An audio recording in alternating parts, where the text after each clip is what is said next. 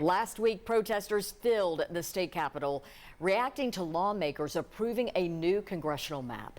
Governor Bill Lee signed the map into law just hours after that vote in a special session of the legislature. Here's a look at the new map compared to the old one. The old one on top, the new one on the bottom, and you see Memphis, the only Democrat-leaning district of the 9 in the state, and the lone black majority district was the key target here. Lawmakers split it from one held by a Democrat into 3 districts, giving Republicans an advantage. Tennessee's Democratic leaders made their voices heard the day of the vote, standing at the front of the chamber and linking arms in opposition to the changes.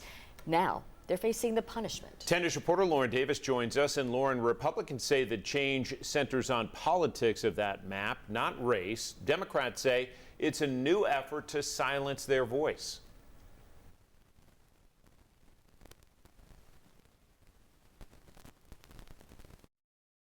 Tennessee House Democrats say they expected backlash after protesting during last week's special session on redrawing congressional maps. But Representative Sam McKenzie says receiving letters removing Democrats from House committees still marked a sad day for Tennessee politics. To take every Democrat off committee is unprecedented. McKenzie says Democrats wore white and peacefully linked arms in protest after lawmakers approved new congressional maps dividing Memphis into 3 districts. He argues the punishment silences voters across the state. I represent 70,000 people, just like he does. He has the right to speak up. I have the right to speak up as well. Representative Gloria Johnson echoed those concerns. About 1.5 million Tennesseans are losing their representation on those committees. Johnson says lawmakers were protesting what she called an unnecessary special session focused on changing congressional districts in the middle of an election cycle. They wanted to remove representation from a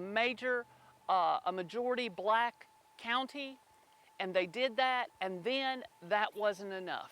They removed representation from all the Democrats in this state. Maryville College political science professor Marco Gorman says the move raises questions about representation and the legislative process. Who do I talk to? I thought I elected a Democrat. I thought that person was going to be in the House speaking on my behalf on issues.